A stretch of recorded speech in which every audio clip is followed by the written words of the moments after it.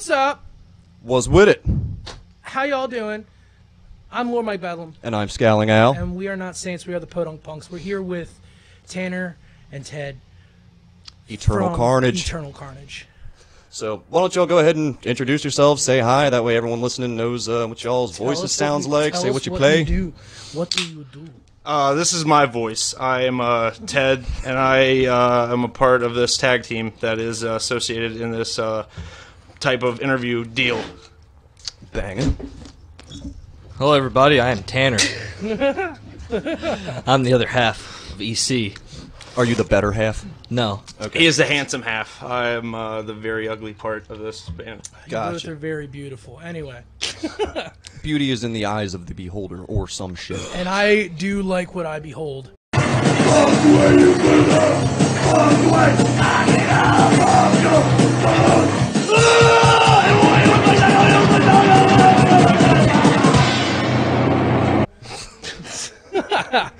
So I want to throw this out here. That Germs shirt is fucking dope. I love that shirt. Germs are amazing. I do love the Germs. They are.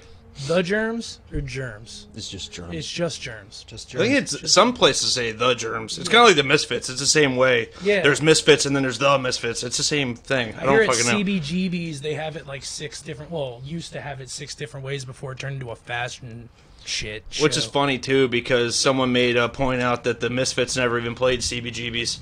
Really? Yeah. Are you serious? Yeah.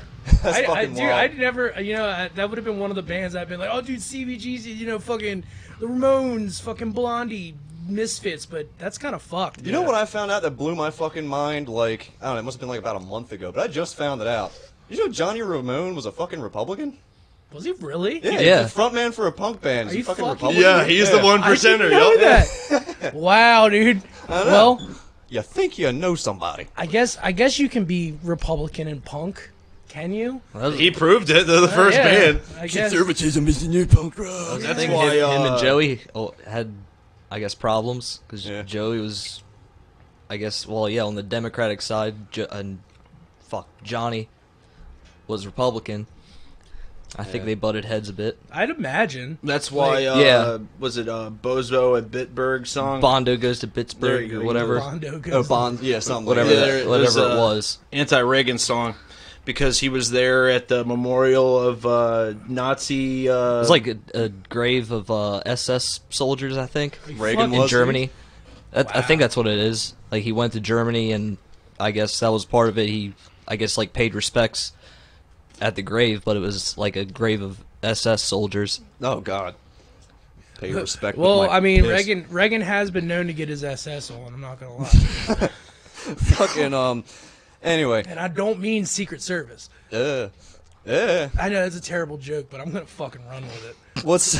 Where are you guys based out of? Where do you mostly practice out of? I guess we practice out of Joppatown, but we say Ted's we're from house. Baltimore because no one knows anything in Maryland that isn't Baltimore. Yeah, exactly. Yeah. Going through your Discog, I noticed y'all share a pretty high amount of vitriol towards the Bel Air locale. We And have a lot of hostility. I towards second Bel that Air. notion. Yeah. Bel Air is a pretty yuppie fucking town. Oh, it's I'm not fucking gonna lie, awful. bro. Yeah. What's y'all's specific grievance with it? I guess I'll take this. There's way too much traffic. Agreed. Agreed. It's like a mini Towson, isn't it? It is. It's worse than Towson. It's That's almost fucking as way bad worse. as Annapolis. Yeah, I don't know if it's that bad, but it sucks. And I was driving through there, and the light was out because of a storm type of thing. And some kid wasn't fucking paying attention, and I plowed through his car. This is back when I had a Jeep. His mom's car. Yeah, I probably plowed through his mom's car because it's like brand new, and this kid was like some yuppie kid with fucking lacrosse shit in his car. And it was cool, though. I wish that I had a camera on my Jeep because the car exploded. Are you serious? There, yeah, and it just had like 2 flat tires on mine. It was cool. That's how I know you're a pussy when you have lacrosse gear and you're fucking. It's like play a real man sport. But yeah, rugby, bitch. Rip people's ears off and shit. Right. The cops sided with that kid, and like he got off and all that, and then I had to pay for his damages. It's bullshit. Fuck that That shit. So sucks. fuck Bel Air. Yep. Or fuck that piece of shit So- kid. Yeah, had a rant one of our practices about that. Damn. Well, Beautiful. how I do want to. Good. I want to kind of throw out here because I'm looking. This is all of your discography right here, and I am like, Oh wow. I am amazed. it's 5 pages long and it's condensed So to just type only size 11 fucking font. I was going down. I remember It's going impressive. down and seeing this album, Master of the One Take. Yeah.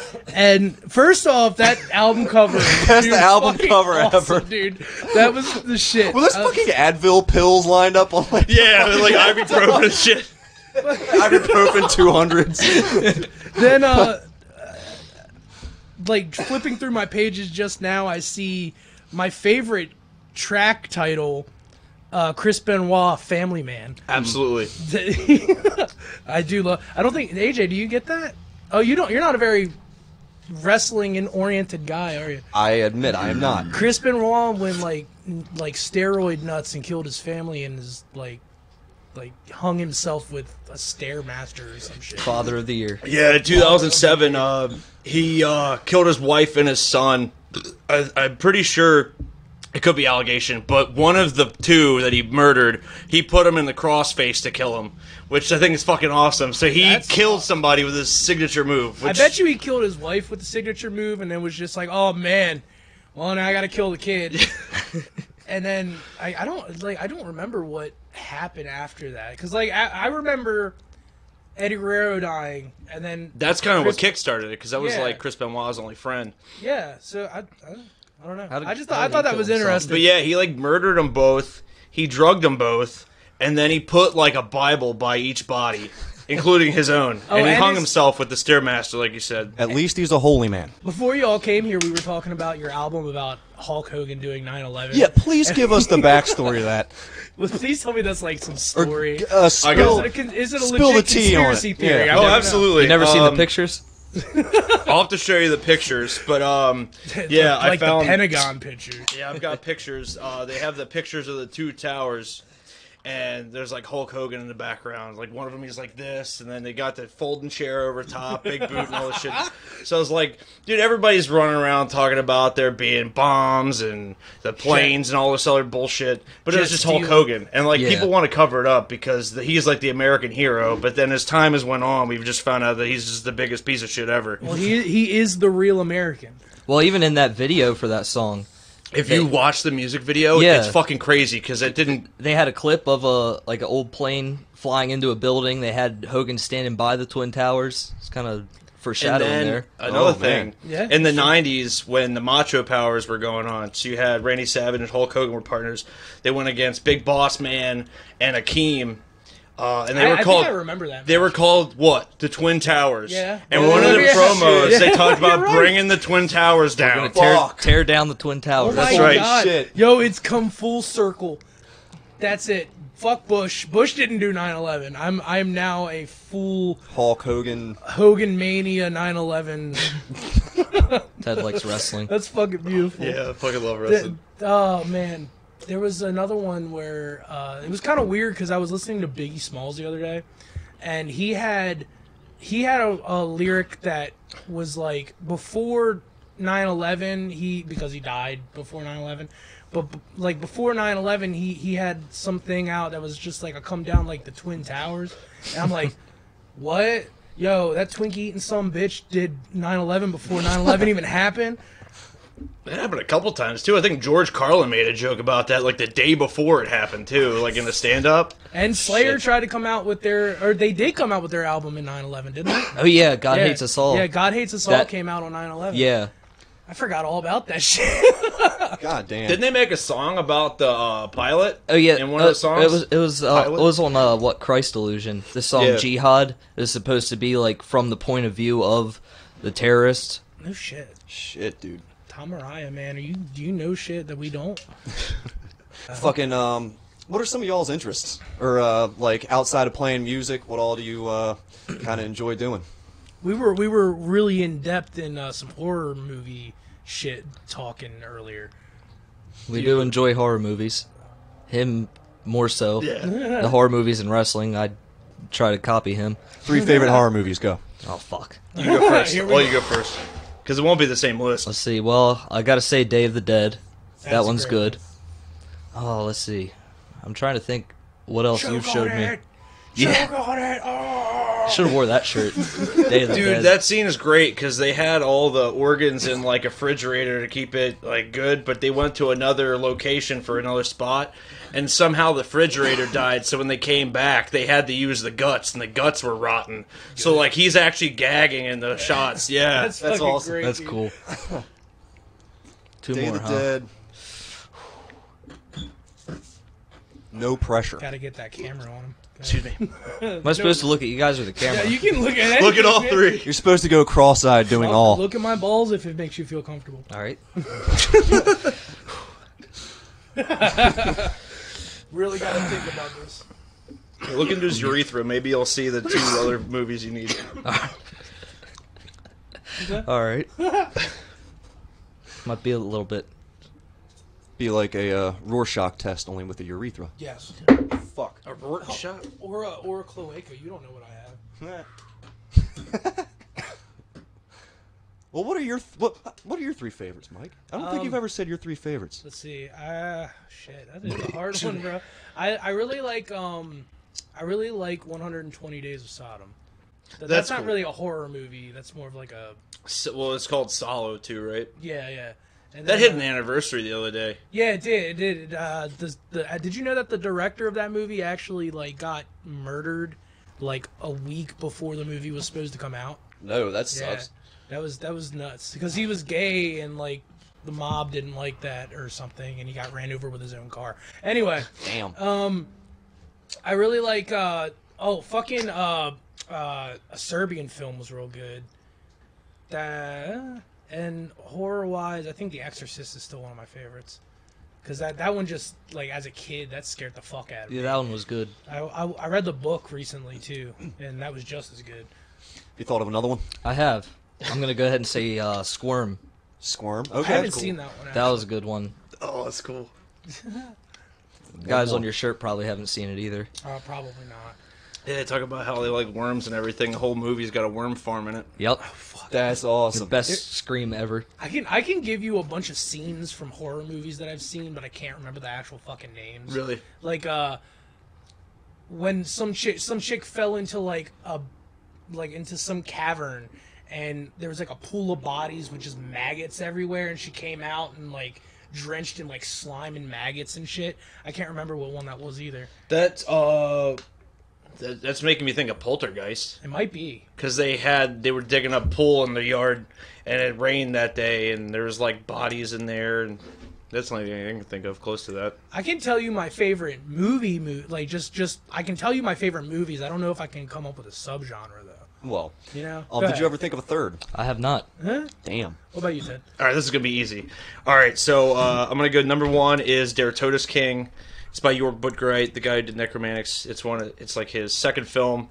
Really cool. The whole movie's about suicide, which I like. It's like little short stories. One takes place each day of the week over the 7 days, and it's like a chain letter about the character Der Todesking, and it's pretty much like a cult called the Brotherhood of the Seventh Day, and they convince people that they should kill themselves. That's awesome. It's a pretty cool movie. That's like Jim Jones shit. And the coolest shit thing is like there's segues in between each skit, and they've made a body, and the body decays throughout the entire movie, and it's like a cake, but it looks like a person, and they got all the fake guts and stuff. It's cool as shit. That's awesome. So I'll go with that. Then I'll say Zombie. We were just talking about Yeah. that. Zombie 2 by Lucia Fulci. Worms are cool. And then I'll say 3. I'll make it I'll do Blood Feast. Blood Feast. I saw Blood Feast once before. I haven't seen it since the first time I watched it. The movie's awesome. Yeah. Just goofy. The guy like sprayed his hair white to make it look old. It's just goofy as shit for the 70s. Did you ever see Suicide Club? No, I've not. That's a pretty good one. We'll go over that when we're done the interview. I'm all for horror movies. So, Yeah. would you say your band has like any one overarching kind of like aesthetic or any like kind of overall message you guys kind of put out or go for, or motto you guys hold, or? We got a couple mottos.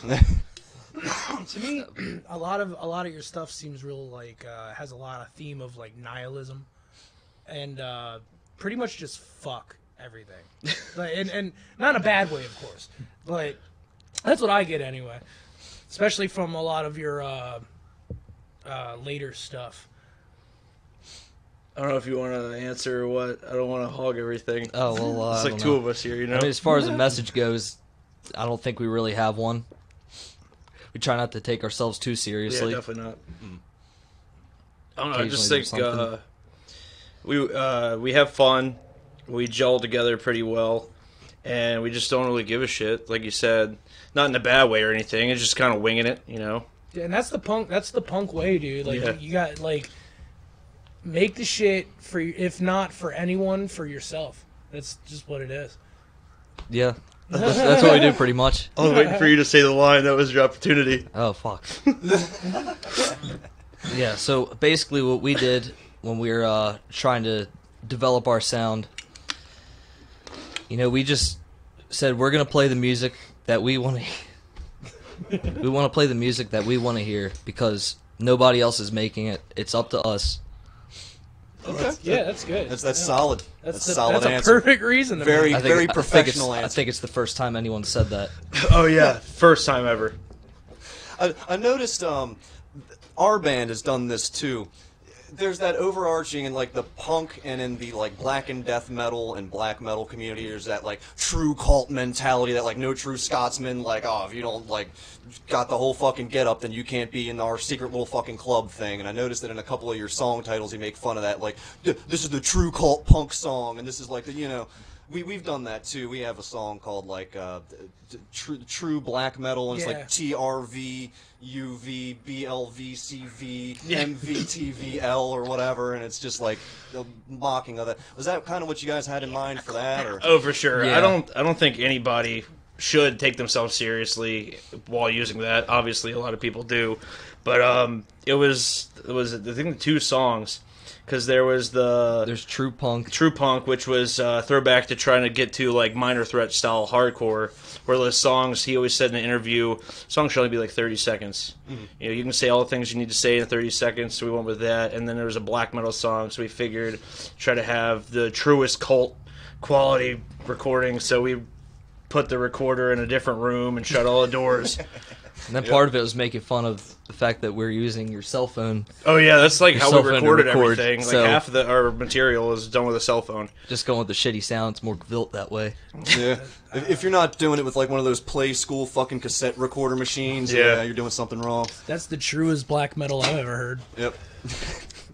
You know that Hasbro fucking owns Death Row Records now? Yeah. Really? Fucking Hasbro owns Death Row Records. We went That's over that cool. Yeah, They're gonna make fucking toys now. Death Row toys. Yo, They're gonna make all like gangster rapper like bobbleheads and shit. They could do that with the dude in the cover, the electric chair guy. There you go. Fucking Action figure. Death Row action figures with like punch action. That'll be it's like cool. Tupac and fucking Suge Knight. Yeah, going at it. Just, The dude in the electric chair when you hit it just like shocks you like when you pull those little electric gum fucking pranks.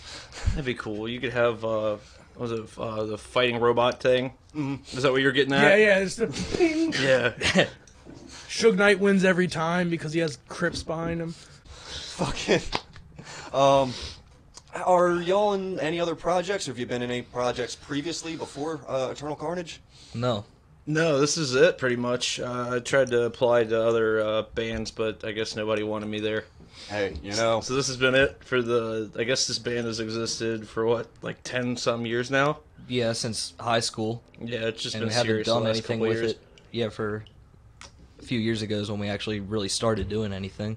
So when did you guys write like your first song? I guess that would have been 2017 during the summer. Yeah, it had to Summertime, have been probably. the TNT thing because we released that later, but it had the first songs on it. I don't even remember what was on that. We got it right here. It's B-Boss. Boss. Yeah, B-Boss. DC Boss, Sucks. Locomotive, DC Sucks. DC and- Sucks was the first song, I guess. Yeah. and EC theme. I think I heard that one. I think. It's an instrumental. And I don't remember. I thought there was like some weird policy on Bandcamp where you couldn't have a song that was a certain amount of time. Yeah. So that's why we had to make the first track 2 tracks, because it was just Bill Boss saying fuck, right? Yeah. From Human Centipede 3. That's Yeah. all it is. For how long?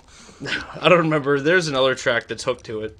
I was gonna say, if you had to break it in half, it must have been like says fuck for 10 minutes or some shit. It's Be on cooler. loop. So let's talk about your latest single you guys came out with. Jerry has a mustache. Jerry A has a mustache. Just came here to eat. Backstory. Go. Okay. Do you want to do it or? Who is Jerry A, I can do and some of why it. is his mustache so Prominent. Awesome. Music. Well, Jerry A is the frontman of Poison Idea, Okay. and we went to New York the other weekend, saw their last show, and Jerry A has, in fact, a mustache. Now. Now. He looks like an old man. He's just got this thin little mustache. He's dressing all suave, I guess. pencil? Is it a pencil thin mustache? It is. It's a shorter mustache. It's nice. Yo, he totally stole Jimmy Buffett. And a pencil thin mustache. And then just came here to eat. There was a video on YouTube of Pig Champion, who was their guitar player, and they were at like some diner, a restaurant somewhere, and he's there eating, and he's like showing everybody what it is he's eating. And then there's a guy out in the street who had a motorcycle that had caught on fire, and they're all trying to like put it out and everything. He's just in there eating, and then I guess he finishes and walks out. Hey, you know your bike's on fire. They've been scrambling around for like 5 minutes trying to take care of it. Since I have you guys here, I had an idea we could do a split together about the guy who's out front of Otakon that gives out ice cold water. I got that ice. Have you heard that guy? No. No, he literally it's this dude that's been there for like 10 years or something. He just stands outside with a cooler and 2 bottles of water. He's like, I got ice cold water. And they got videos everywhere from Baltimore. Just like a local personality. Just a local dude that just It's like that there Matthew to give Silver you ice dude. cold water. You are the universe, and universe is love. We are love. Love each other. I love Matt Silver. We need to get. He should be an interpretive dancer for our band. We should get Vermin Supreme on here to interview. That'd be Holy shit, that would be dope. You gotta re-up with Vermin fucking Supreme. We'll get you guys on here too.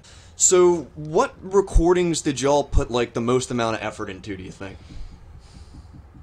What was well, how about this? As a separate question, what was the most pain in the ass recording? What took you the most amount of time and effort? Probably the stuff after we had an actual recorder, because we couldn't. I don't know how to stop things. I think that was the thing. You didn't notice how to stop the recorder when we were I'm finished? stupid. We got like a basic ass recorder. I just got sometime last year.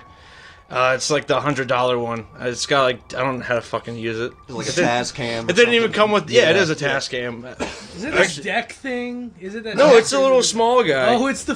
I had the big one. I had the DPO2CF, the 8 input fucking. It was like orange and black, and I got The only like. reason he memorized that title was because he had to look up troubleshooting all the time with that fucking thing. Jesus fucking Christ, dude. That thing would like glitch out. Like you'd be using it, and the thing's a piece of shit because if you put too much into it, so you'd have the fucking Tascam, and I had this. Getting all worked up. I had this fucking. You just fucking pissed me off. Fucking had this 8-channel mixer because I was so excited. I'm like, oh yeah, we get to record drums with fucking mics all over the place. Cool. So we plug in the fucking 8-channel mixer into the fucking 2 channels, the Tascam. I got my guitar in. We got a fucking vocalist in there. We're all playing. We're playing. And then we're like, oh cool, that was a really good take. I go over to look at the fucking Tascam, and it like blue screened of death or whatever the fuck is just blue screen up. Like, what the flying fuck? So between having to, like, unplug it, plug it back in, and unglitch, then one day, I was fucking with the thing, and it just blew out. It just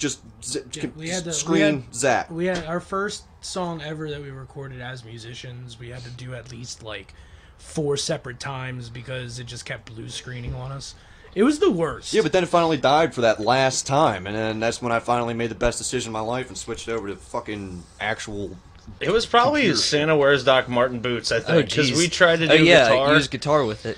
And That's a good one. I like that. There's only 2 people here, So if we have, drums, bass, and guitar, I forget how we did it. I think We use the job rocker. yeah, I had this speaker, and I think we made the guitar track. I just played it, and then hooked my phone up, had the recording on my phone, played it through the speaker while we played the rest of the song. Recorded on my cell phone, but we weren't synced up at all. Oh yeah, Like, it's you all could out of tell, time it's and fucking everything. awful. It sounds all right for the first few seconds, and then it goes bad quick. It's good. At least it wasn't like one of those old 4-track things that you had to overlay everything. Yeah. That's funny as shit. I wanted to ask y'all about. Were there any other recordings that were like a major pain in the ass for you Yeah, guys? you kind of stole that from me. Sorry about that. I think it was just the guitar stuff. I mean, generally it's been pretty easy. I think the hardest stuff was the ones where we put horror samples in there. I say doing retakes on that. Yeah. Because with my cell phone, if you don't like the way it sounds, it'll leave it alone, so you'll still just have the horror sample. But with the recorder, once you do it, it's already done. Like, you can't go back, because, like I said, I don't know how to use things. Right. That's technology. The less we use, the better. You have trouble with the computer a lot. Yeah, I hate it. I'm an idiot. But, I'd say the horror sample stuff, because then you got to re-record the horror sample, and... Well, I guess a lot of our stuff, we always say we do all our songs in one take. Doesn't usually work that way though, but Masters of the one take or Gods of the one take. Masters of the one take. Yep. But yeah, like we'll have a song or lyrics or whatever, and we'll kind of make the song, figure out how to play it. We'll practice it a few times, and then it's like, okay, you want to record it? All right. And then a lot of times we'll have to record, multiple takes till we actually get it right for the recording because we're still learning it. Something I was thinking about earlier when I was looking at your discography was it's not every day that you see bands put outtakes in their music. You gotta own it. Yeah, it's train wrecks. I mean, that's awesome. you're gonna see that when we play anyway, because somehow we fuck it up. We watched a video earlier. You guys were playing a show and you were counting in and you like smacked the stick out of your hand on accident. Oh, he did? No, yeah, I probably did. yeah. It was pretty. I think. Oh, was it the Halloween show? Yeah, you were like to get, and then just ended the song.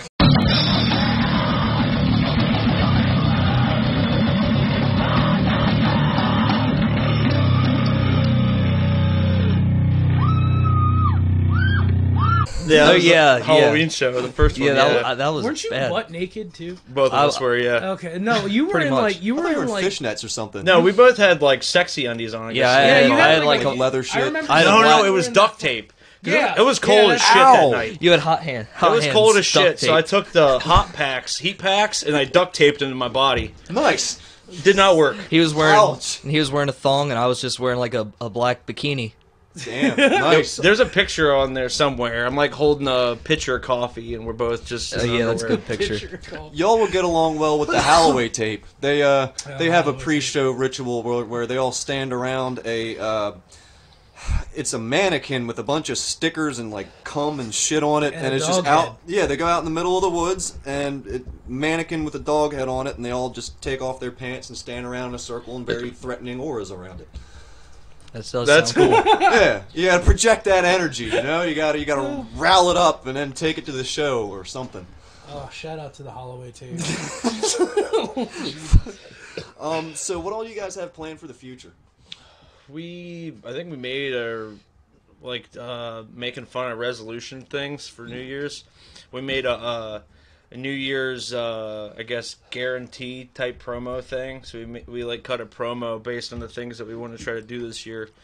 And I think we said everything minus trying to do that thing with the Meteor King. I think besides that, we said everything else. Yeah, we just mentioned bands that we'd like to play with, other local bands, a couple from Philly. Give or some one from shout outs, Philly. yeah. Where's some bands? Yeah, more than welcome to. Atomic Greetings from Philly. They're cool. Crack House, always. Crack Crack House, I House. fucking Nice. love those guys. Crack House is awesome.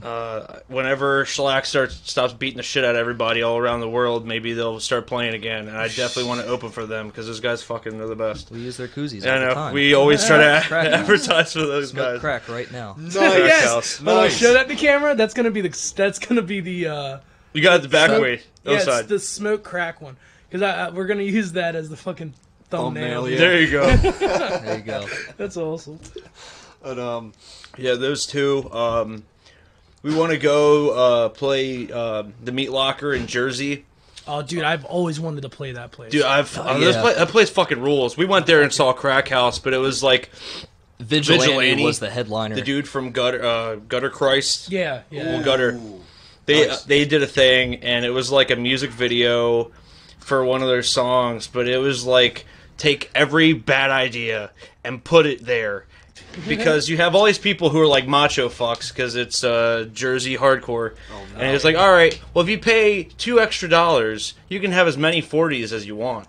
So they had this whole table full of 40s. They had cases of 40 Old English 800. That's fucking awesome. bunch of hardcore kids beating the shit out of each other. It's literally what happened because like a With fight would 40s. start, and then they'd be like, "Your friend's fighting my friend. I need to fucking kill you." And like it was like 5 or 6 fights happened. And They like, went. everyone They crashed into the soundboard at the end. smashed the soundboard. It's like windbreakers and beanies flying Oh, everywhere. dude, it was You guys, stupid. you guys were at that show we played with Earthworm and Men on Four Locos or whatever. Those Yeah. guys are cool. Yeah, those guys are really funny. The NDFL. The guy, the The lead. fucking poo beer. Yeah, I got poo beer on me. I got poo beer on me. And then AJ put $1 in his butt. I saw it. That was cool. That was Yeah. fucking I was great. flicking guitar picks at his chode. Yeah, I saw that. Dude, that he picked like the 2 biggest motherfuckers in that venue that night and threw them at me, and I slammed against the fucking speaker. I saw that and it and tipped. it almost fucking tipped on top of me. I was like, ah, no! Cool as shit though. That was fucking Tonight awesome. is not the night that I die. That was funny as shit. But yeah, for the Meat Locker show, we want to play with They Hate Us. PP DeVay, he's more known for being. PP DeVay. That's his stage name. Yeah, That's awesome. Cool as fuck. Well, he's in a band originally called They Hate Us, which is cool. But he is more known as being the front man for the Murder Junkies. We opened for them last year, Oh, shit. and he was like, "Dude, you guys should come out to Jersey. We'll play the Meat Locker." And Wasn't the Murder Junkies the G.G. Allen's band? yeah, his brother's Yeah. band. Yeah. Oh shit! All right. They're cool. awesome. Yeah, they have the same drummer too. They have Dino Sex from Murder Junkies as well. He sat naked on my drum kit. Yeah, we had his ball That's sweat on our drums. good. Drum seat. It was cool as fuck. I wouldn't even be mad. Hey, I Was wasn't. not. There's no other. Okay, metal shows. I have never gotten more intimate with other sweaty fucking men that I never wanted to be close to in my Agreed. life. Agreed. Like, you get some genuine, I don't know, interactions with people. It's some crazy ass metal shows. You get balls on your shit, and you just got to be cool with it. Yeah, that's true. Yeah, man. I can't tell you how many times I've put my balls on people's drum thrones. I wasn't even playing that night. I thought that's just how drummers say hi. I mean, honestly, I thought it was like, "Hey, awesome drum set, dude." That's what And I just got out of pat it. out. Isn't that like marking your territory though? Yeah, no, right? no, not at all. Oh. Like that's kind of like a here's my ball like a sweat for handshake. good luck. Oh, you know? okay. It's Right. like touching Johnny Unitas's foot at the Raven Stadium. You just got to wipe your balls against the drum throne. Good luck, bud. Have a good show. Exactly. So there was some. We are all for spilling the tea or whatever the fuck the goddamn dumbass phrase is. Was it British? Well, we all for spilling the tea. You know, Oh, this is a tea party thing. tea party, yeah, fucking throw it in the ocean. When it comes to like venues mistreating people or venues not offering an optimal experience for the people there, we're all for calling it out or whatever. Because we did a expose on some shit that happened at Guido's with one of our buddies. With our So yeah. I heard about this. Yeah. we I was kind of doing some backlogging on you guys, and I noticed a post where fuck goddamn computer to load. I thought he was gonna stop it. Relatable. It just The goddamn technology. You talking Um, about soundstage? Yeah, it said this is all we have for the soundstage show tonight, and it was you doing a sound check on drums. And it said if I said it was an honor to play, I'd be lying. Best part was them crying 4 to 5 times, almost kicking us out about doing what we were supposed to do, and the camaraderie from bands like Goblinheimen. Awesome fucking name. Those guys are cool. Are they? Yeah. I think we mentioned playing with Yeah, them. we want to play with them in Virginia. That's where Yeah. they're from. There's a place called Granny's. We want to go and play with them there. playing metal at Granny's. Yeah. Cool Y'all stuff. come down to Granny's for some grimy ass shit. Dicks out. for Balls on grannies. drum sets at Granny's. Yep. Camaraderie from bands like Goblin Hyman, twice the size of Harold. Set times got cut right before the show, and zero respect for Alice Cooper. For a fucking mess legitimate with Alice venue, Cooper. Nope. let's put a pin in that. For a legitimate venue, they weren't even ready for the bands at Load-In, and we had to convince them we were who we said we were. Shit, bands weren't even allowed to have backdrops, figures right after we finally bought Which one. I thought was fucking ridiculous. Who doesn't let a band use a backdrop? If you can load the shit in, why Yeah. wouldn't you? It's dumb. I mean, But, we had our shower curtain with her name sprayed on it. It was awesome. cool because it got all folded up, so it just like cracked everywhere. So they just had all this spray paint chipped everywhere in the back. Awesome. I just figured at a certain level you would work efficiently and still remain a respectful human. We were clearly wrong. Anyways, thanks to the friends who came out to all our shows at any point, and more recently since we were playing the numbers game. We plan to step off the show game and make up for lost time. Yada yada. So why don't y'all give us the backstory on what happened that night and what kind of caused that post to happen? I've heard some horror stories about Soundstage, yeah. but like I haven't heard anything about Alice Cooper dissing, and I want to know about this. Okay, you want to do it or you want me to do it? Have like Cooper phobia at fucking Soundstage? Anybody with a face paint's not allowed. Bullshit. But, okay, so... So you could talk about Alice Cooper, Okay, I guess. I'll definitely stand up for Alice Cooper all the time. All right, so yeah, see, we are on an agreement here, but so it's one of those stupid. There was My Afton or some shit. One of those type of things where It's like pay they to get a play bunch of kinda local stuff. bands together, and you got to sell a certain amount of tickets or whatever. Is it mixed genre too? Yeah, like it rock was. band and grindcore bands Totally, and shit. totally fine with that. It was called like School's Out, so it's like okay. Alice Cooper Fest. I'm making this all about playing Alice Cooper. There's a Alice fucking Cooper's bee in here, people. Just so you know why Respect they're the like bees. Bees are cool. I'm working on it. He's just getting a little too close. save the bees. If you kill one on podcast, we're bound to get some shit. Sure. Don't do that. But continue. Oh, something else is coming up. Sorry. So yeah, Understand. I was just like, all right, school's out. I'm just gonna harp on this. Everyone should like Alice Cooper. I'm just gonna play this Alice Cooper thing up. But yeah, we were supposed to have like 30 minutes, like standard. We don't really have that many fans. The fans that we do have don't really help us out in ways that are. They don't come to the shows. Yeah, we don't get them to give us money or anything. We're not really good salesmen, so we haven't convinced people to waste their money on our things yet. We'll have to figure out that somehow. Maybe Hey, I'll wear. right before the show, I bought y'all's 2019 discography. I saw that. Thank you. Yeah. If we were closer to home, I would have brought it for you, and then you could have it, and then you'd probably hate it. But anyway, Hey, I'll blare it for everyone on Ken Island. And I'll love it, and they'll hate it. and then you'll hear about the Tascam recorder. It's on there. Oh, yeah. But anyway, yeah, so we get in there, and we apparently got an email on the way down, and they're like, oh, yeah, it's 25 minutes. So I figured, like any other place we've ever played, they have their shit set up already. They tell us to come in at a certain time. We'll set up immediately. You know, we can do our mic check real fast, maybe like 5 minutes max for either of us. I know they're more about trying to get the mic sounds for the drums than I'm really worried about bass or my vocal. But yeah, so they're like, whoa, you can't go on stage yet. Who are you? I was like, we're Eternal Carnage. Well, we got to find out whether you're first or not. I was like, don't worry, we already claimed the first spot. We have to confirm that. Is Yeah. what they said. Because yeah, it Want was your one. fucking IDs? I don't know. It was fucking get all your stupid. stuff off the stage. Yeah, And, we loaded but all our. yeah, it was like something like 3:30 in the afternoon was load-in time, so they opened the doors and we walked in. We were the first band, and I guess every other place, well, it was always like a smaller venue, but we start setting our stuff up first. And but yeah, they're like, get your stuff off the stage. We're not ready for you. We got to put the mics out. We got to lay down a drum mat. And I figured they'd be ready for that already. Yeah. And I forget. I think it was like 40 minutes later Yeah. before we could finally set up. And then I think they waited to do a sound check like 5 minutes before we played, which I guess wasn't that big of a deal. But I figured they would have taken care of that, you know, early And before. there should be a kind of a large swath of time between like sound check and the band coming on, because you Yeah. don't want to associate the band with their fucking sound check. You Right. know? Yeah, plus you don't. Plus, like putting Nope, never mind. I forgot. What were you saying?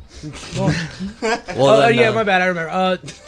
Setup time, or load-in time is not setup time for venues. Yeah, absolutely. You know, like you should have your Right. PAs out. You should have your mics out. You should have Yeah. the drum shit taken care of before the bands even get there, so they can just load their shit onto the stage. Right. That's not just common courtesy. That's professionalism. That's why we're thinking a place like Soundstage. Yeah, exactly. Yeah, I was like, know, this would big be venue. a professional show for us. I figured this would be the place for that. But I've been shown time and time again, besides that show, every other show I've went to, it's just been super fucking snobby anymore.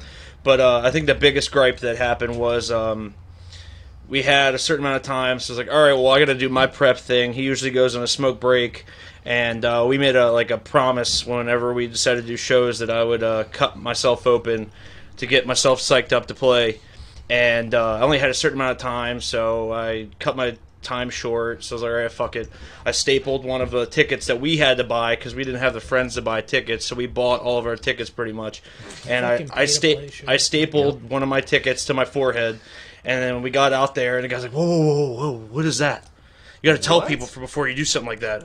Why? Like, is that real blood? Is that Or animal is that blood or is fake that real blood? I was like, no, this is my real blood. This is my blood. It's like, you can't do that. That's an OSHA violation. You can't get blood on the stage at all. If you bleed here at all, you have to pay for shit. And I'm thinking in my head, I'm like, what fucking OSHA person is That going to is be at some this Guido's small-ass level show? Dumbest bullshit ever. That was the thing with the mic. You get blood on that, you're buying it. And then I I told him, I don't even think the sidebar does stupid shit like dude, that. nobody No. does. We've had no problems anywhere else with the blood. I actually bled the worst at one of the sidebar shows we played. And, yeah, they were just fucking assholes. That's ridiculous. So we actually spent a live EP and 2 EPs in general mocking them. We have tracks for the 2 people we worked with.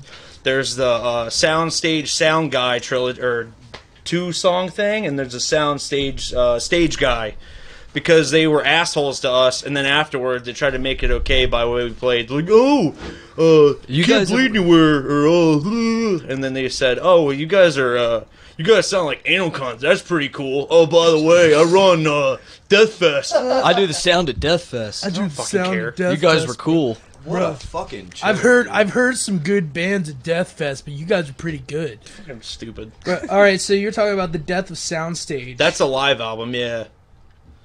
We've done 2 live albums Let's so see. far. Under my wheel, Alice Cooper. Yeah, we did Yeah. the Alice Cooper song. That's actually on the compilation Oh thing. yeah, but- go behind the Alice Cooper story. Okay, so since it was called School's Out, I was like, this is the idea to push people appreciating Alice Cooper. So I figured that every band would probably have to play an Alice Cooper song. So I was like, all right, we'll do that. We'll do Killer, because both me and him like Killer.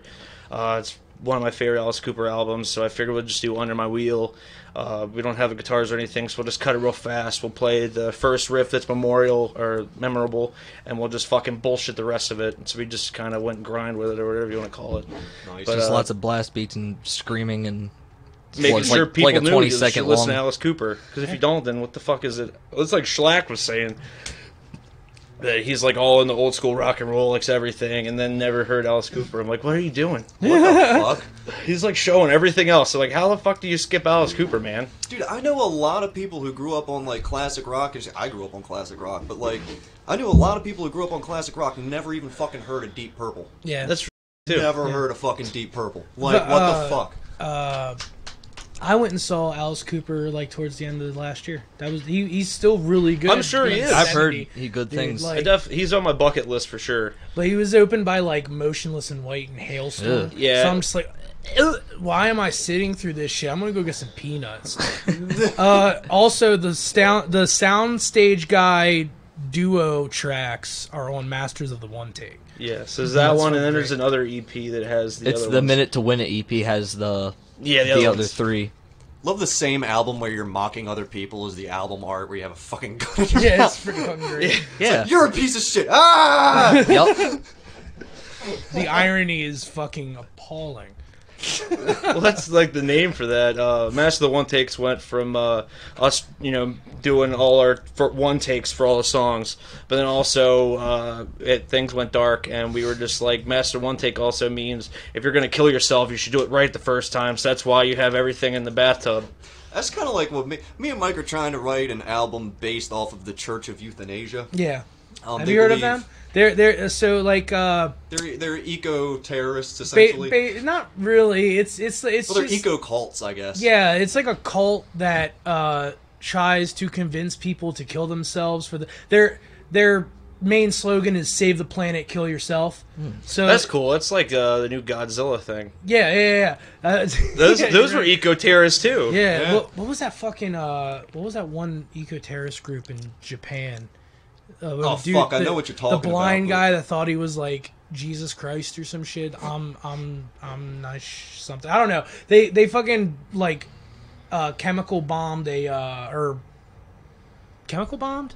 I think it was chemical. Whatever. They set out a bunch of fucking gas in the Japanese like Tokyo subway station and just killed a fuck ton of people. Damn, there's got to be a metal song written about that somewhere. There's like a Rule 34 only with metal songs. Like metal songs written about every goddamn thing. So, do you guys have an infatuation on Alex Jones? Infatuation. What is that band called? Alex Jones' Prison Planet. Have you heard that? Yeah, fucking awesome. So yeah, good. that's great. That's fucking hilarious. Oh my god. Just being stupid. Yeah, that's pretty much what that was. That was just like people were calling us grind band or whatever, so we just figured we'd try to make a grind album or EP or whatever that's a minute long, so have as many songs as you can get into a minute. And we were just thinking all the dumb things to say, like all the long anal cunt titles. And that was one of them that he used. We actually we had that inspiration from Anal Trump. Anal Trump's cool too. Yeah, they're great. Travis Ryan is awesome. It's nuts, dude. Yeah. So, what are some of your favorite songs to like play live and stuff? Like, what's your favorite set list y'all have built? Well, I don't know. I guess there's a few that we tend to have on every set list. Well, we always have, of course, Hogan 9/11 and Fuck Hogan. Mm-hmm. Those are essential. Then I guess it's just based on trilogies that we've made of all our stuff. That's what we've been doing trying recently. to compartmentalize and have just trilogies all the way through. I definitely say one of my favorites is one that he wrote called Valentine's Revenge. It's like one of my favorites. Yeah, we got to bring that back. Yeah, I know. I can't wait. That was written from a sane point of view. Say that.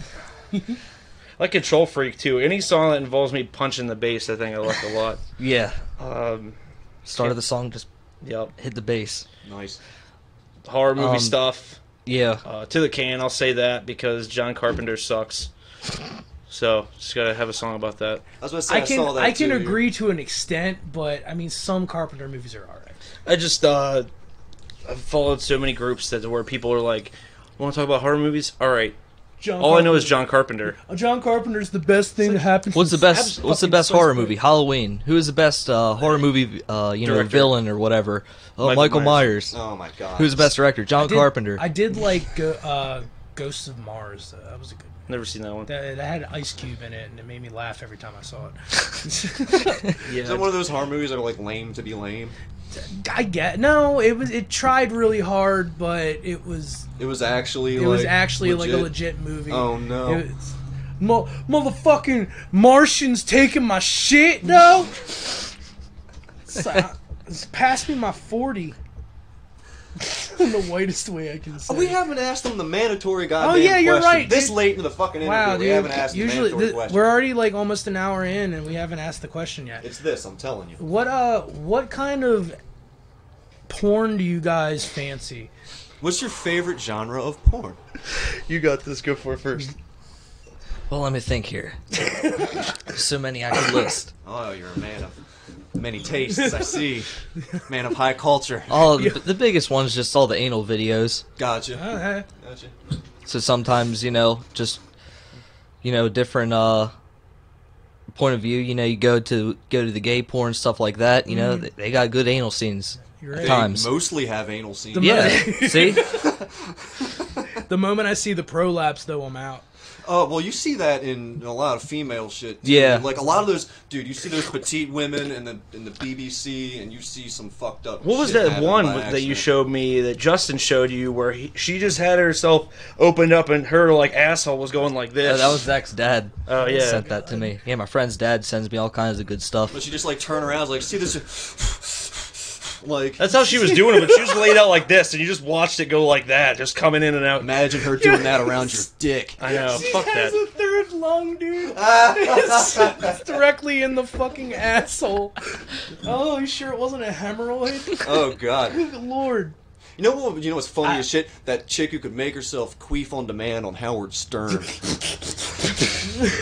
That shit was great. She queefed like 34 times in a row without stopping. In like a minute. That's awesome. God damn it. I don't know. That is art. I will say I took you more as a bukkake guy. See, you shouldn't just stereotype people like that upon Don't first judge a book by impressions. its cover. You're right. Yeah, dude. man. No, It's not kink shaming or anything. Bukkake covered cover. So how about you? It's not appreciated enough, but I will say clown porn Clown. and midget porn. See, AJ, Midget porn's good, too. Dude, whenever a guest comes on and nobody says midget porn, he gets so upset. Dude, He has to go on like a minute rant. It's like, dude, I don't know, man. Midgets don't get enough love in this bitch. midget porn has gotten me through some rough times. I mean, when you just need a little bit of porn, I'll put on. Oh my god. Yeah, let's move on. Oh no. Yeah. Least favorite kind of porn. Let's get the kink shaming in. Um, Nah, let's not. I don't want to get terrorized by furries. I don't know if I can kink shame furries as much as I can kink pain people who are into shit. Yeah, I don't know. Scat's Yeah, not. I don't care for that much. Scat is kind of. I don't get what people have a problem with feet for. Yeah, I don't get that either.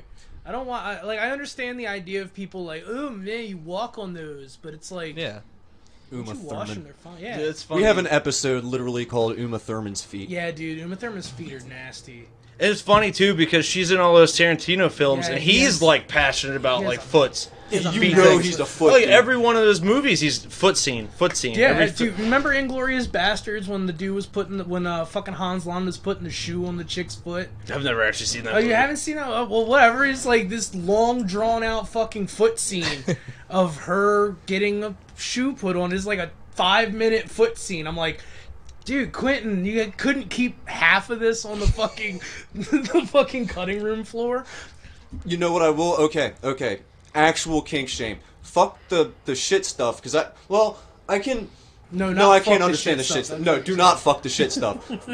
For hygienic reasons, do not fuck the shit stuff. But, I mean, anyway, consensual, anyway, fucking, I saw this thing.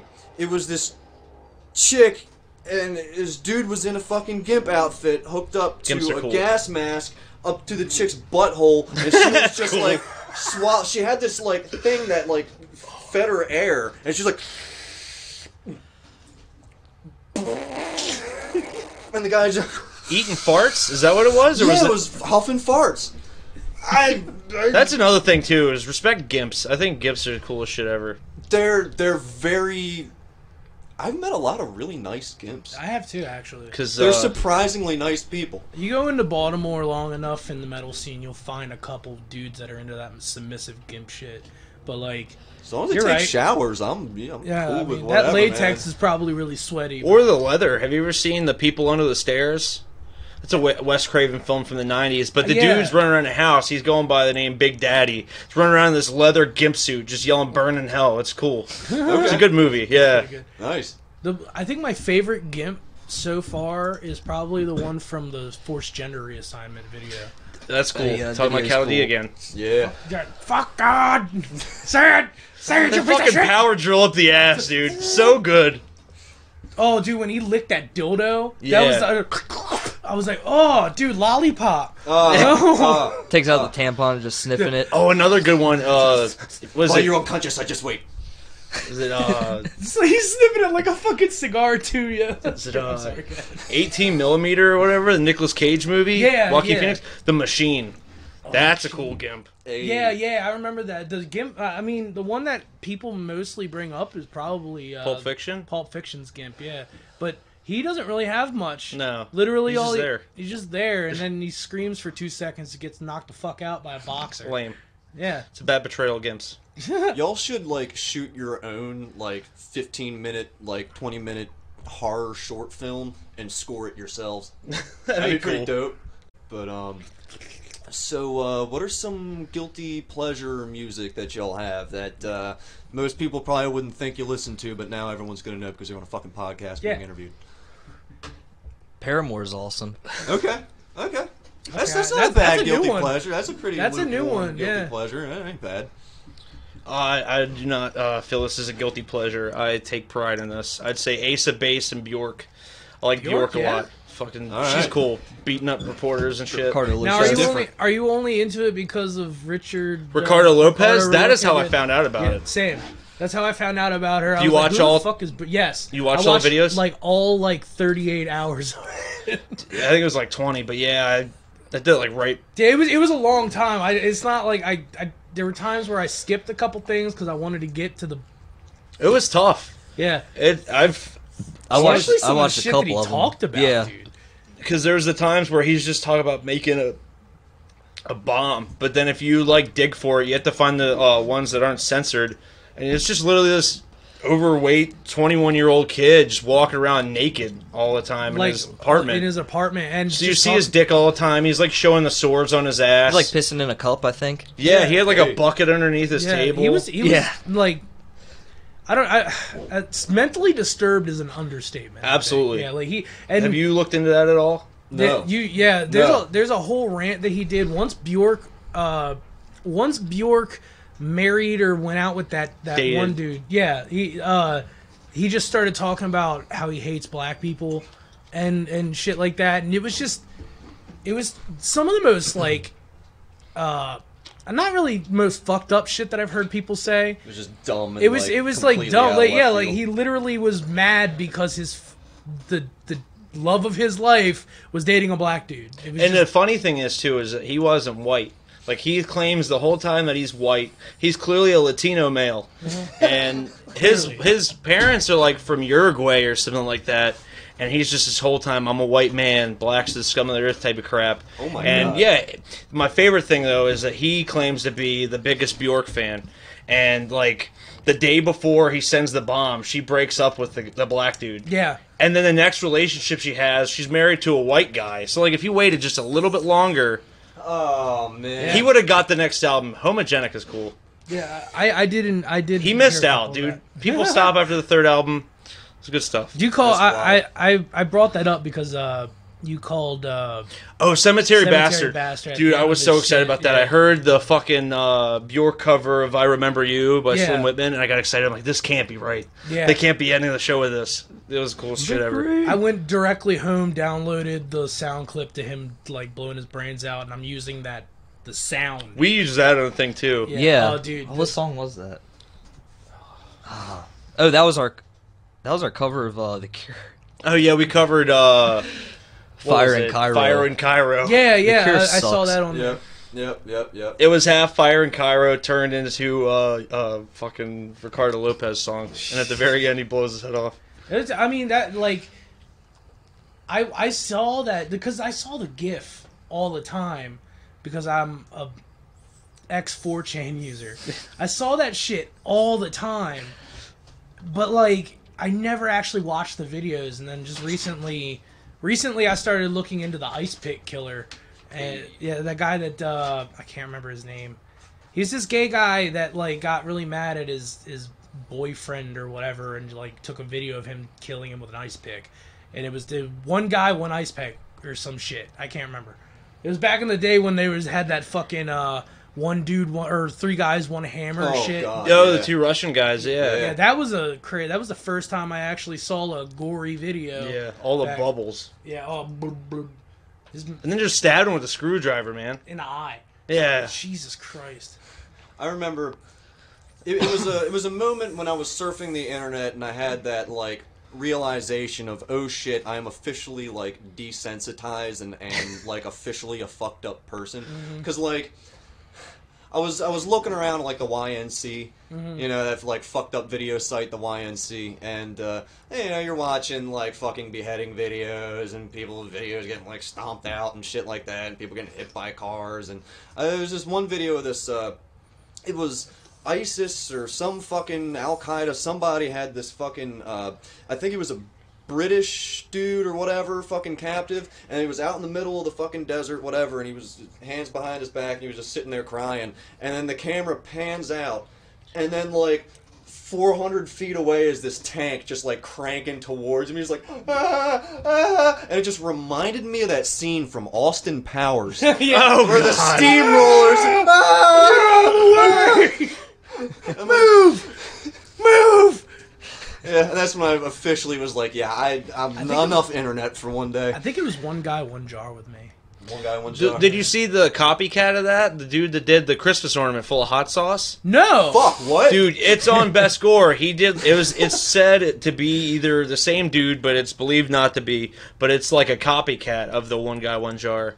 So he took a Christmas ornament, filled it with hot sauce, shoved it up his ass. Obviously, it broke. So he's sitting there trying to fish all these pieces of Christmas ornament out of his ass, and it's just nothing but like hot sauce slash blood sludge coming out of his ass. Dude, it's thick. I saw an interview with the guy that actually did One Guy, One Jar. Yeah. And the guy that was interviewing him was like, so did you go to the hospital for that? Because there was a lot of blood, like the original one.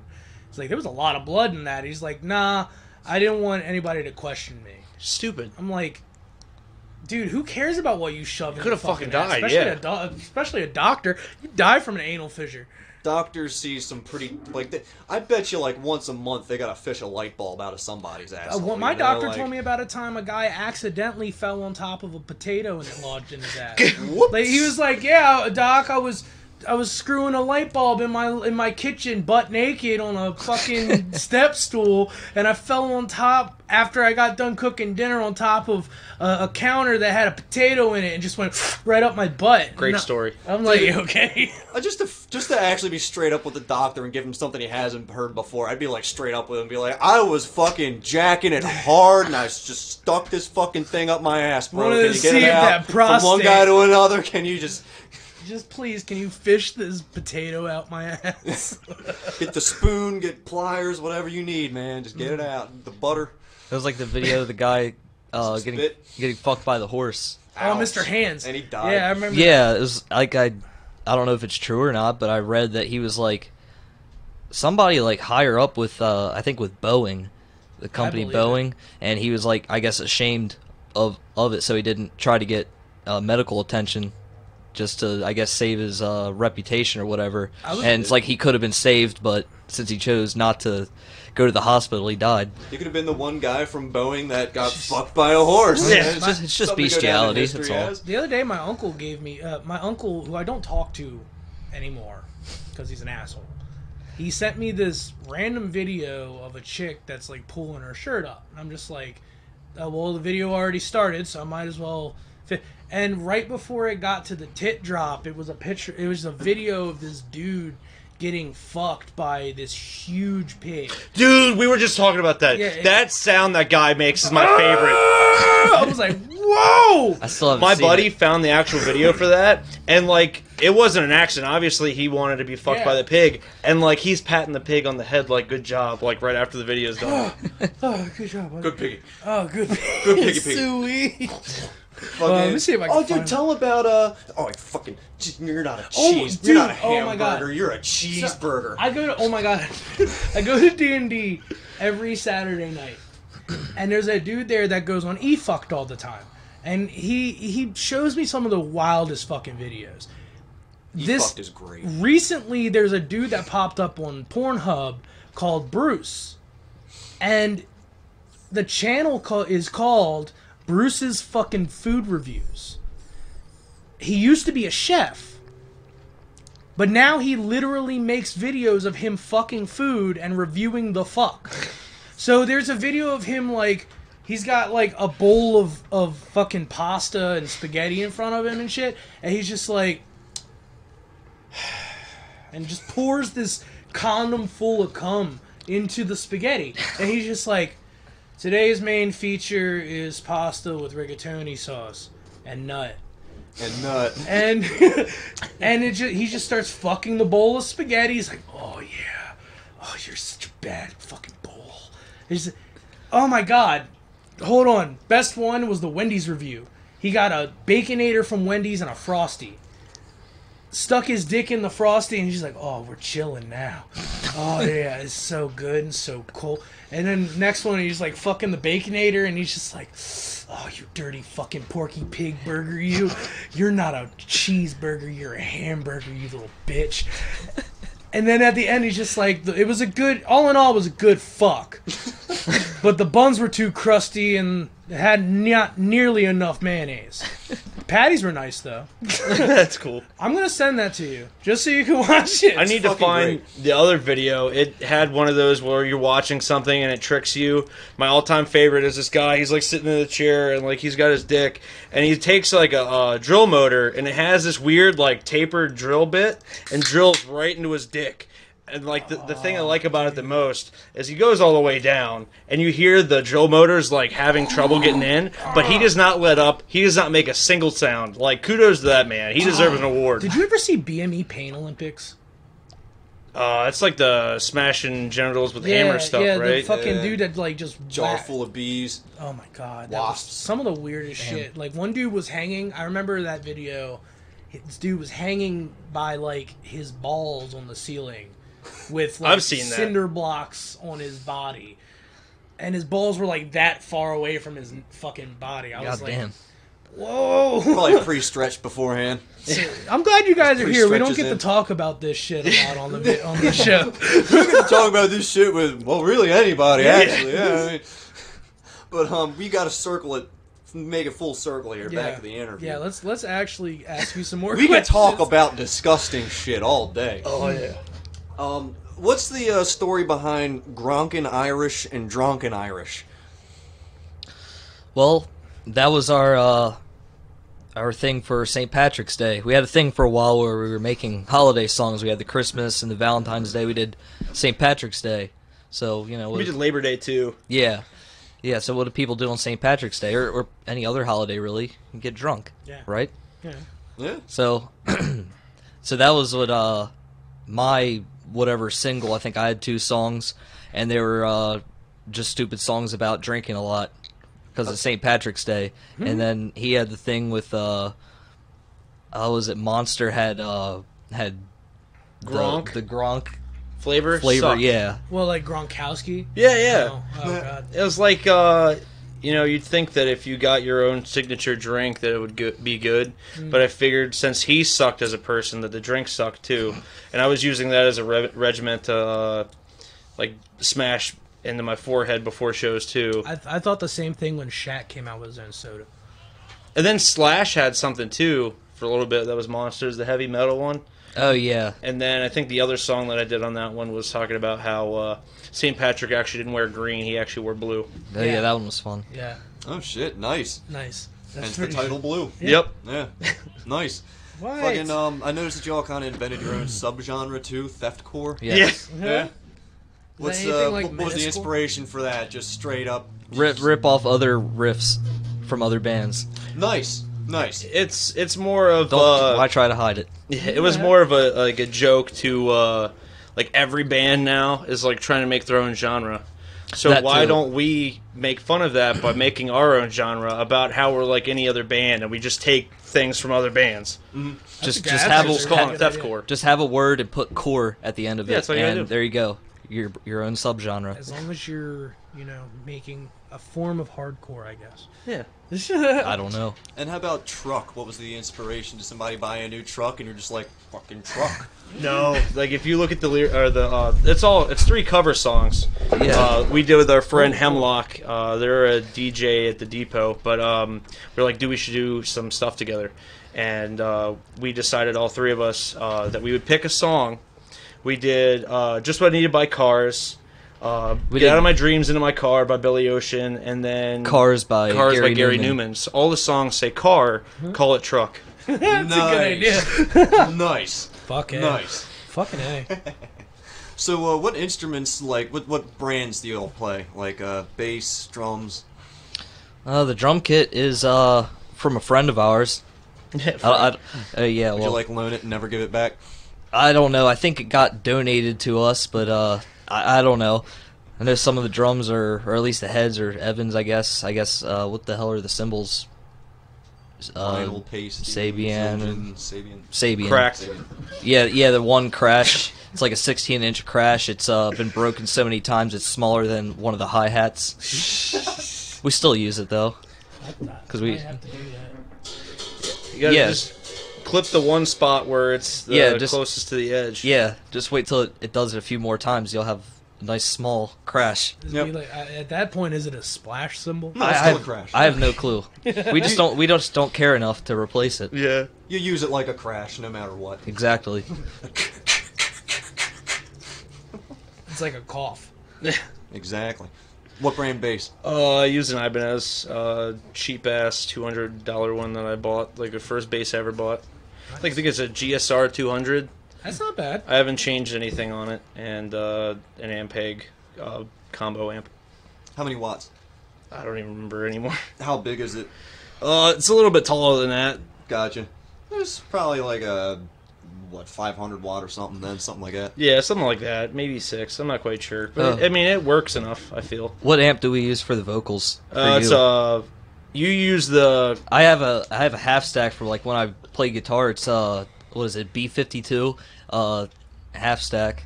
Nice. PV cabinet, right? Huh? Isn't it a PV cabinet? No, Paul had the cabinet. Paul had the PV. Or the PV. Yeah, mine's B52. But yeah, so I have my microphone plugged into a half stack. Dude, B52s are pretty wait, so it's directly plugged into the half stack? Yes. That's awesome. That's fucking Dude, tight. So, why don't you put a distortion pedal on it? I don't know. Ideas. He does. Ideas. Sometimes he'll make a joke and he'll just crank all the bass up, so he has that old turn the school bass like all the way soul up. voice. Oh god. Just makes your voice Yeah, sound a baby. lot deeper. Oh, it's fucking cool. Yeah, baby. I think my favorite album from you guys is World of Blades. Cool. I really like that album. Those are all his songs. Yeah. It's pretty good. Thank you. I have stuff about Herschel Gordon Lewis on there. And Yeah, I saw that. The There's two. Herschel Gordon Lewis kit. That's our attempt to get a sponsorship from Harbor Freight. Nice. Nice. Yep, I just gotta bring that up every time. There's a kit of blades that you can get there that come with like 3 different types of handles. They're like scalpels, and it's for like metal etching. But I use that to cut my forehead open as well. And it's like $5. So I think it's called Lewis or Gordon is the company. Okay. So I just added the 2 extra names, so now it's a Herschel Gordon Lewis kit. Oh shit. So then you have that, and then it's all horror movie stuff pretty much. Yeah. It's Der Todesking song, the Herschel Gordon Lewis stuff. There's a song calling out Earthworm Von Doom, and then calling out Waging people War. who listen to or wear hearing aids or earplugs at shows. Oh, nice. That's what Hearing Aid is, and Waging War is. We were talking about Wizard of Gore outside a little bit. The movie's awesome. Yeah. I need to watch that one. It's I've so heard- good. I've heard really good things about it. Dude is like so over the top. I mean, it's all people who didn't have any acting experience in all his movies, so it's just like too much of what you need, but it's perfect. Right. It's one of those. It's like the first Dawn of the Dead. Like everybody's kind of a new actor. Yeah. And just kind of giving what they can at the time. It has the best mistake ever. Oh yeah, I forgot about that. Yeah, the main character, the villain, whatever, Montag, he's trying to, I guess, hypnotize people through television. He's like on a news broadcast, and he's staring into the camera and he's saying concentrate. I think the second time he says it, he says concentrate. And they left it. It's great. I love it. Concentrate. Concentrate. You know what's funny as shit is in The Last Samurai, that shit fucking movie with Tom Cruise. I didn't mind it. It's okay, but the story is like such bullshit. Yeah, it's definitely a guy that out. defects from the fucking Western military to fucking join the Japanese, and then he's using machine guns against his own people. Saki! Yeah. Saki! I don't know. But fucking, in The Last Samurai, he's does this little fucking pose shit, and his little robe comes down off his arm, and he's got a fucking digital watch on. Oh yeah, I remember that. It's like, what the fuck, dude? And then if you watch Troy, there's like some scene where he's giving like a really emboldening speech, and there's a goddamn plane flying by in the background. I like movies that do. Fuck, we're back on the movies thing. Yeah, my bad. Hey, we like movies. We like movies. That's what we that's what we try to do with our interviews. We try to make it more of a discussion than just a straightforward like asking you Want questions. the That audience shit, to get to know you. yeah, that shit gets kind of boring after a while. Not just to us, but I'm sure to you guys too. Fuck. Yeah, There it goes. Yep, nice, nice. Train wreck. Oh fuck yeah, fucking I really like movies that throw little Easter eggs that you have to watch the movie again to see it. Like Pulp Fiction, in the first scene when they're talking about robbing the fucking restaurant, you see Vincent walking to the bathroom, and I was like, the fucking 20 years that I've been watching that movie, I never saw that. So is there like I guess like what I'm asking is there anything that you've noticed in movies like that? Oh, where it's like different points of time type thing? Yeah, like 'cause I know Tarantino's the one that's kind of like the non-linear kind Universe of type storyteller. thing. Yeah. There's a movie called Trick or Treat, and there's like 3 or 4 different stories happening on Halloween. Is that the recent one? Or was Yeah, there's only one. Yeah, I thought and there was a. you can see all the other stories intertwining once you get to a certain point. You see the other people acting in that scene. I think the stuff like that's pretty cool. Yeah, that's some of the alternate universe shit's kind of dope. A lot of Netflix shit is trying that and failing pretty hard. Yeah. Because, like, they'll all of a sudden shift, and there won't be any, like, transitory anything to let you know that it's a shift. So, like, 1 minute somebody will be talking, and then it'll be just like another scene as if they were cutting to someone else talking or something, but they'll just be in another fucking time period. It's Black like, Sunday did that a lot. Yeah, that's annoying. It's Yeah. hard to keep track of. And Black Mirror did that too. There's a lot of black movies coming out on Netflix as well. Black titles. Very, very dark year, 2019. Yeah, 2020. Well, 20. And then 2020 you now. can say the really shitty remake, Black Christmas. Yeah, that was a terrible remake. The first one The movie was is awesome. pretty good. Yeah. It's a lot like When a Stranger Calls. That really creepy, like you don't see the guy all the way for a while. I'm in the attic. Yeah. You just see his eye the whole time. Spoilers. I'm in the attic. God fucking damn it. These people next door, between their bullshitting, goddamn, motherfucking chainsaw sounding fucking bullshitting bikes going up and down the goddamn road, and then them not being able to unlock their fucking cars right, these fucking troglodytes next door won't shut the fuck up. Troglodyte, good band. Yeah, That is a good. true. What is an exotic instrument that you want to use in a recording? We talked about getting a banjo. Hey, I pretty used easy. to If have that one, counts. too. Would that be exotic or would that be authentic? That would be not retro. That would be Appalachian. I don't fucking know. I don't What know. would that be? I don't know. That'd be something. I just think it wouldn't fit with the music that we try to make. We can make it work. We Hey, can make there it was a work. band that you showed me that had a violinist. Oh, I can't remember the name. It was a of the punk name. band with a violinist. It's like a mathcore band or some shit. They kind of sound like Dillinger Escape Plan. It's like the Callus Diode or something. They're interesting, but not Never heard of them. too Never- good. Good band. It's just spazzy ass music, but non-traditional instruments. If we can't do the hillbilly stuff, because I was thinking even you could purchase a washboard from Jeff Clayton from Annie Scene. Be Nice. cool to get that. But maybe the death whistle. Oh, fuck. Oh yeah, that'd be cool. Is that the kazoo with like a fucking It's like a contact? What's it, like mic in the it? Aztec? yeah, it's death like an whistle Aztec thing? instrument, and it's like made of stone or whatever. You Yeah. like blow into it, and it just sounds like screaming. Dude, I wish I had internet. I would totally pull that up right now. Yeah, on YouTube they have actual videos of them trying them out. Yeah, it's just like I guess like a high pitched scream Yeah, it's really cool. sound. So I Yeah, don't have there you that, but I do have a duck call you can borrow. Whack. That would be cool too. That's more traditional though. Yeah, hey, use it with the banjo. And the Yep. washboard, yep. Yep. Oh my god! There you go. I saw somebody circuit bent a kazoo with like a like a humbucker inside of it. Oh yeah. So you can like plug it in and turn the humbucker on. It's like it sounds fucking crazy. All right, hold on. I think I do have. So would y'all play a wedding or a funeral if asked? I don't see why not. Nice, cool. Because you might get asked. He might get asked. That'd be cool. Please play my burning. Yeah. Play my Viking funeral pyre. Oh, those things are cool. They did one like that for Dave Rocky at Barbecue when, like, the year after he died. They, like, put his costume on a boat and they shot fire arrows at it. That's They pretty burned dope. it in a lake. It was cool. That is cool. Hold on. I think I found it. Is that the death whistle? Some dude playing a death whistle. Yeah. But it's like in the shape of a skull. Yeah.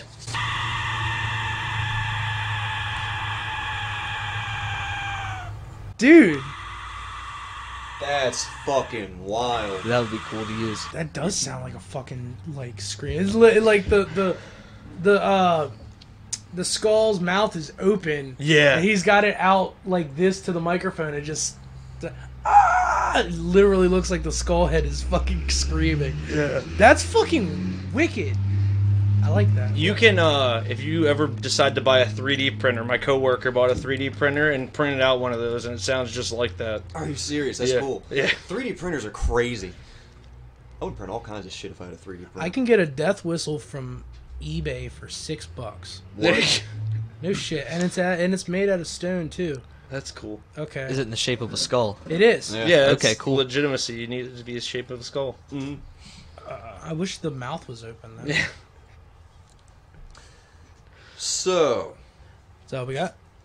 I'm looking for another one. We used this question on the last interview, but I think it's kind of fitting here. And we, as metal artists in general, write a lot of negativity and write about the horrors of the world, be it in a mocking way, funny way, or in a serious way. But in some kind of way, our music reflects the absurdity that is life. So, what gives you hope in this world? What's something positive? What's something y'all look forward to? World War III. Yes. Crickets. I look forward to nothing. Brutal. There is no hope in this world.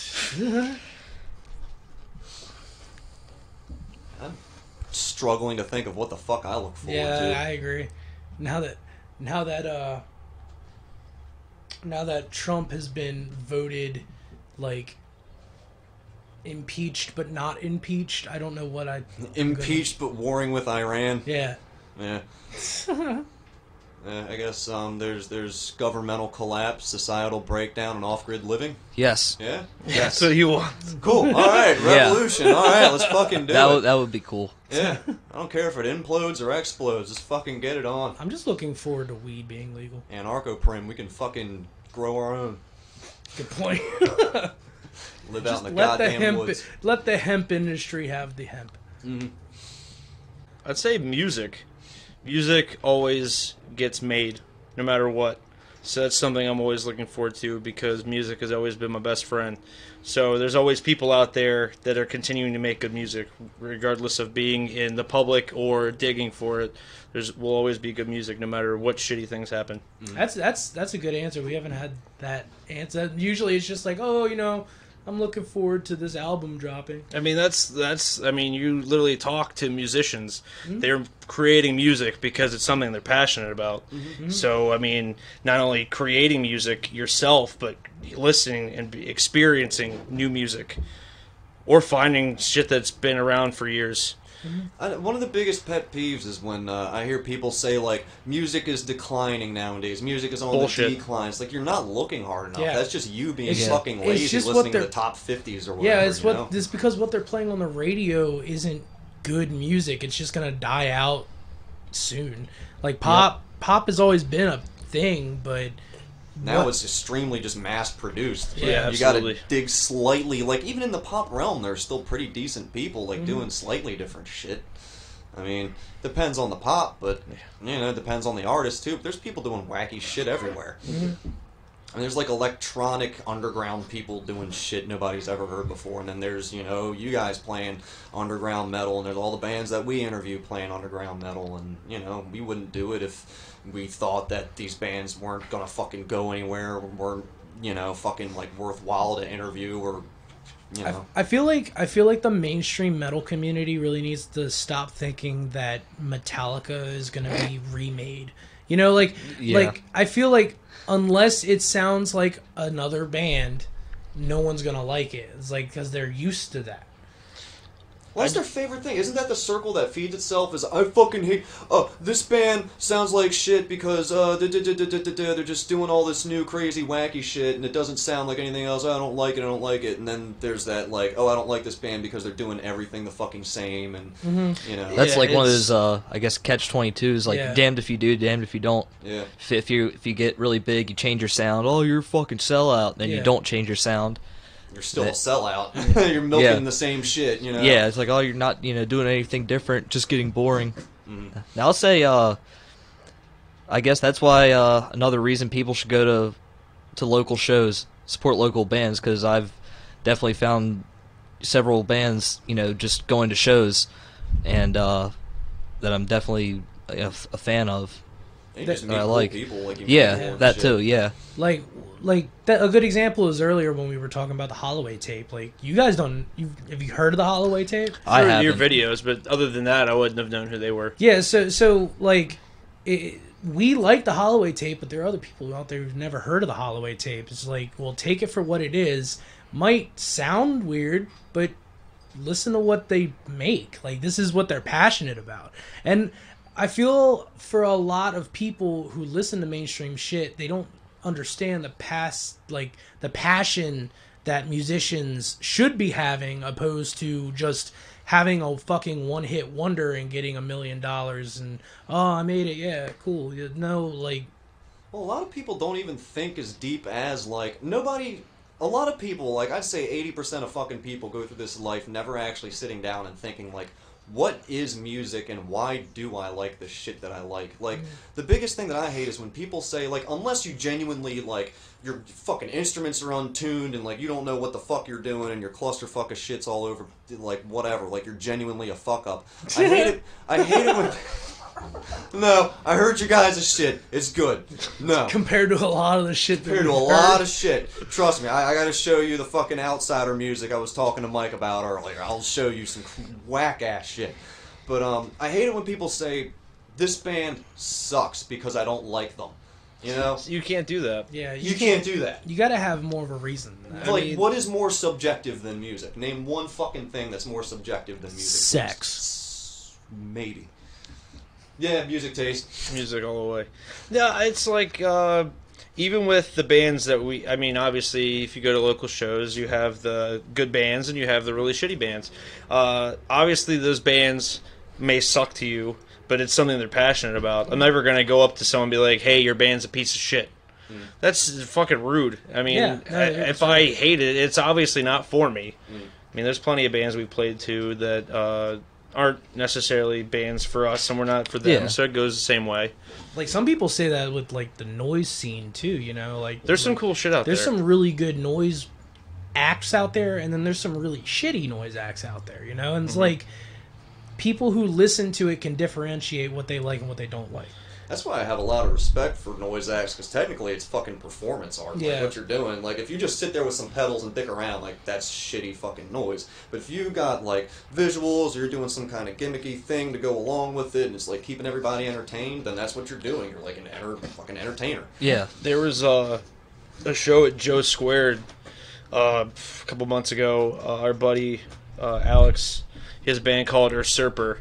And it's like a dark wave type noise thing, and he played with this band. I don't remember what they were, but it was like super into, like, I don't even want to call it like nerd stuff, like wizard shit. And they had this huge fucking table, and they had these weird things. He was just going like this, and it was motion sensor to have sounds going off in these bowls, and it was color, and they had cloaks and shit. And I was like, it's not for me, but this is cool as fuck to see. That's Cemetery Bastard has something like that. He has this thing called a Jarmageddon that the original one is basically just a knob that just glitches the fuck out.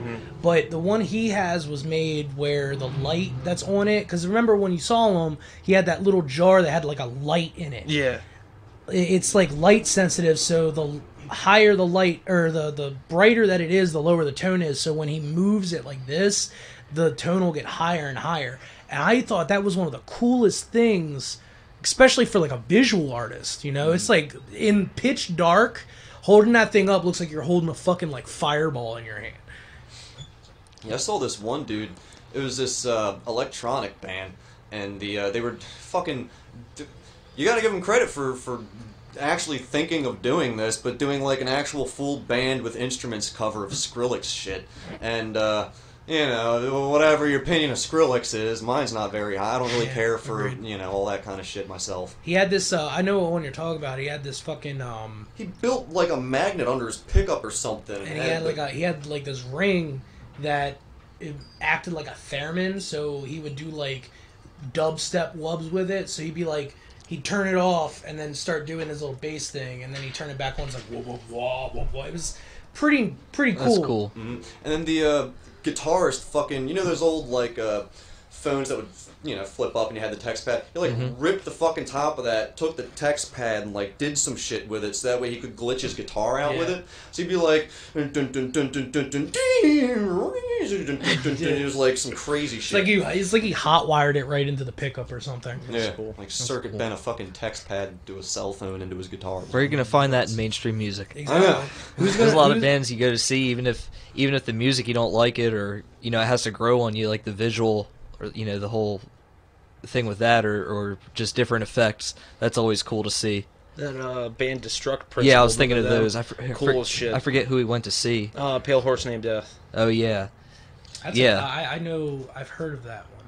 I'm pretty sure the drummer is the original, or the singer is the original drummer from Typo Negative, right. And the drummer in that band was the last drummer from Typo Negative.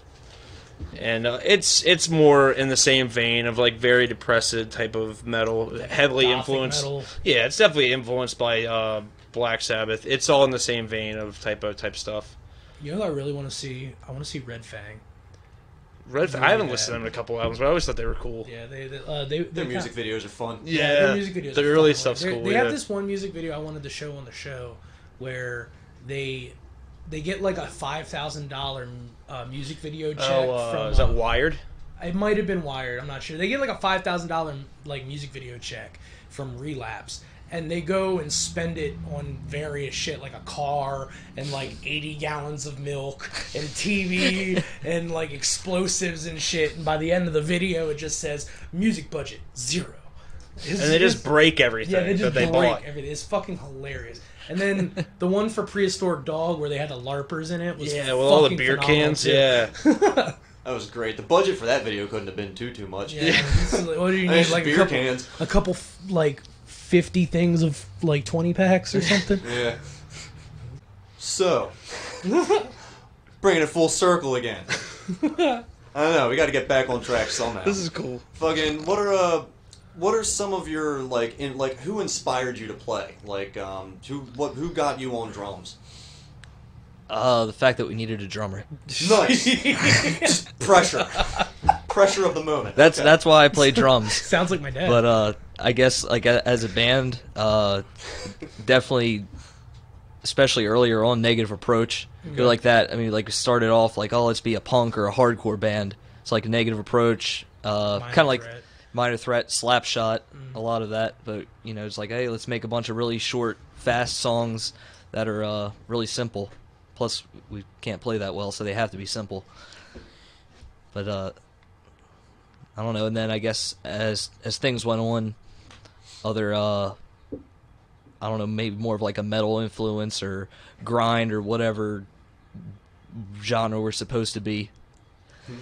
I don't know. I've heard different things. We're metal punk. We're hardcore. We're something. I don't know. But you got anyway, a hell of a description on Facebook. That's all I can say. Oh yeah, there you go. Post blackened punk crust core Stink. Yeah, games stink core. punk or Yeah. some shit. Yeah, just making jokes. It's pretty good. Was were there? I'm sorry, I didn't mean to cut you off. No, Was there that's another all right. influence No, you're about to go into? I you have anything? Oh, you missed the Ramones. I'd say Oh, yeah, that was Ramones. like how we got to be friends, as being big both Ramones fans. That and just listening to like, well, back in high school, like a lot of the like thrash bands, like the Big Four kind of stuff. Mm-hmm. That's pretty dope. How about you? Definitely love the Ramones. And this is corny. I'm past this now, but I guess you got to say where you came from. Used to be really big into Slipknot, and dude, I love Paul Gray. Bass player, loved his tone. I, wanted he wrote the same. most of the songs too. Yeah, which I thought was cool, and I thought his mask was awesome. I've always been one for like theatrics and masks, always for masks. Mm-hmm. So I liked him. Typo Negative, I always liked them a lot. So usually like male fronted, or not, doesn't really have to be male, but like bass fronted bands. So I love Motorhead, and I've just taken that with our love for hardcore and punk, and just kind of went with that. Mm-hmm. But I'd say when things got heavier and we kind of just both got really on a Mortician binge. Yeah, Mortician, yeah. That's where... the horror samples. They're fat, definitely, like, yeah. The bass and it just sounds like burning wood. Or something. I don't fucking just know. Crackling. It's They're awesome. fat with 2 C's. So fucking good. Yeah, that's where that's come from, is just big appreciation for the, I guess, New York death metal more than Florida. It's a common misconception that you have to be in the anal cunt to play grindcore. No, you don't. Yeah, like a lot of people, like when we first started playing, we didn't really listen to anal cunt that much. We listened to them for like as a joke. Thing, yeah. I respect your feelings. Oh, the Picnic of Love. Yeah, we just thought it was funny as shit. Yeah. And then like when you get past all the like racist shit that he said, like it was actually pretty good shit. Yeah. So I don't know. It's good to know that some grind bands out there, don't feel the obligation to be like, oh yeah, do anal cunt. When it comes to that like nasally, like like fucking grind, I go to like Insect Warfare. Insect Warfare is cool. Yo, do you guys like Fiend? No. Oh my god, Fiend! Fiend is holy shit. Their drummer is the lead vocalist, I guess, and their guitarist is the backup, and their shit is just... The guitarist plays through a guitar cab and a bass cab, and it does like an ABY split thing, so that way you can do both at the same time, and the drummer, the vocals are just literally like... Yeah, like, it's... Some of the That's cool. shit. That sounds like Dahmer. Yeah. Is it like that? Yeah, dude, I think we played with Dahmer at the sidebar. Did we? Yeah. I can't confirm that. Yeah, They came from... That'd be cool, because they're from Canada, right? I believe so. But yeah, if I talk about grind stuff, Gutalax and Spasm are like my two favorites. Spasm is so good. Yeah, I fucking love them. Because that's drum and bass, and then the vocalist. Like, you wouldn't really know it's a bass. It's just so fucking dirty. They're obscene extreme shit. It's fucking... Oh, that show is great. Him just running around like the fucking Borat. Dude, have you ever listened to Rompa Prop? I was about to say, grind. AJ, You listen to Rompa Prop? Yeah. Have you seen them play live? No, I have not. AJ Dude, so they're always naked, and they're like total, like, I don't know, they're fucking scrawny as shit. The fucking vocalist has like this little tiny, like, peachy fucking beard thing going on. They're straight French. Like, Really? Like, little, like, Mike, like all you see is the head, like the pink of the head of his dick, and then like these little toit fucking balls. Like, that's all. And he's that's Rompa Prop, and he's just running around, and like the guitarist will be wearing like underwear or something, just like whitey tighties and nothing else, or like they'll have like shit stains on the back or something. That's cool. That's cool. Yeah. What was that one band that had the one suit masks? They played Extreme Extreme. The one that looked like muscle tissue? Yeah. That was a French band, too. It was Yeah. like Cadavir or some pronunciation like that. Yeah. I think I know what For you're like, talking about. for, I guess, cadaver. Yeah. But yeah, is that what you're talking about? I think so. I'm trying to remember because like I remember the lead singer had it was almost like pantyhose, but it was like a fucking Filthy Frank one piece, and like he had the whole like thing over his face too, but it looked like pantyhose on the top of his head that came all the way down, and he could like headbang and just smack the fucking ground every time he tried to do a fucking windmill. It was some hilarious shit. I talked about this shit in high school. I still want to grow my fucking hair back out and eventually like tie a small fucking like hammer or something into my hair and just fucking like rolling with it. Then he had to get his hair cut again. Beat the shit out of myself while I play. They just come loose and hit somebody. Probably. Yeah. Even better. Yeah. So what's like the most extreme shit y'all have done at a show, you think? Besides, cutting yourself every show. Yeah. Have you brought down the venue? We're not expecting like we Bad haven't Luck done that. 13 shit. Dude, Bad Luck with 13 is awesome. Yeah. Fucking crazy. I'm trying to think of like some of the stupid shit we did, just like stupid, like dressing up. We've done that. We've played like pretty much naked or like all wearing like clown costumes or just something stupid just to change it up. Fetish comes from. Dude, I love clowns. That wasn't even me trying to bring that up in the thing. But yeah, we try to, I guess, make it entertaining because we always try to claim the opener spot. I guess try to get people to come in earlier. Because I think, you should be there for all the bands regardless. Right. And I think, I don't know, I just think it'd be cool to always be first. So if people want to see you, they have to see everybody. It's not just, I'm going to come halfway through the show type thing. Right. And I guess trying to make the show more fun. But, yeah, I mean, generally it's dressing up or being weird. I mean, we played that Halloween show, and you went as like a hazmat, and I went as like Lou Ferrigno. Yeah, playing in like a chemical suit. That sucked. Playing drums had like a gas mask and like just this heavy rubber, like almost like a trench coat thing. Oh my God, it's just getting really hot and sweaty underneath of it. Fuck that. Is that why you went naked? I did. I wasn't wearing much under that. I was about to say, I took that off during the show. I saw your show prep. Check out their what they do to get ready for shows here. I'll show you the video. Show Mike the video first.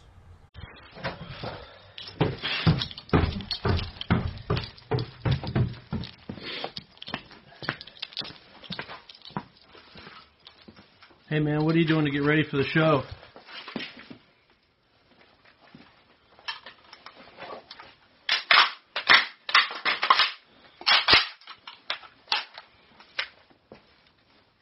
But yeah, what's the fucking craziest shit you guys have ever done? Fucking probably the hazmat suits.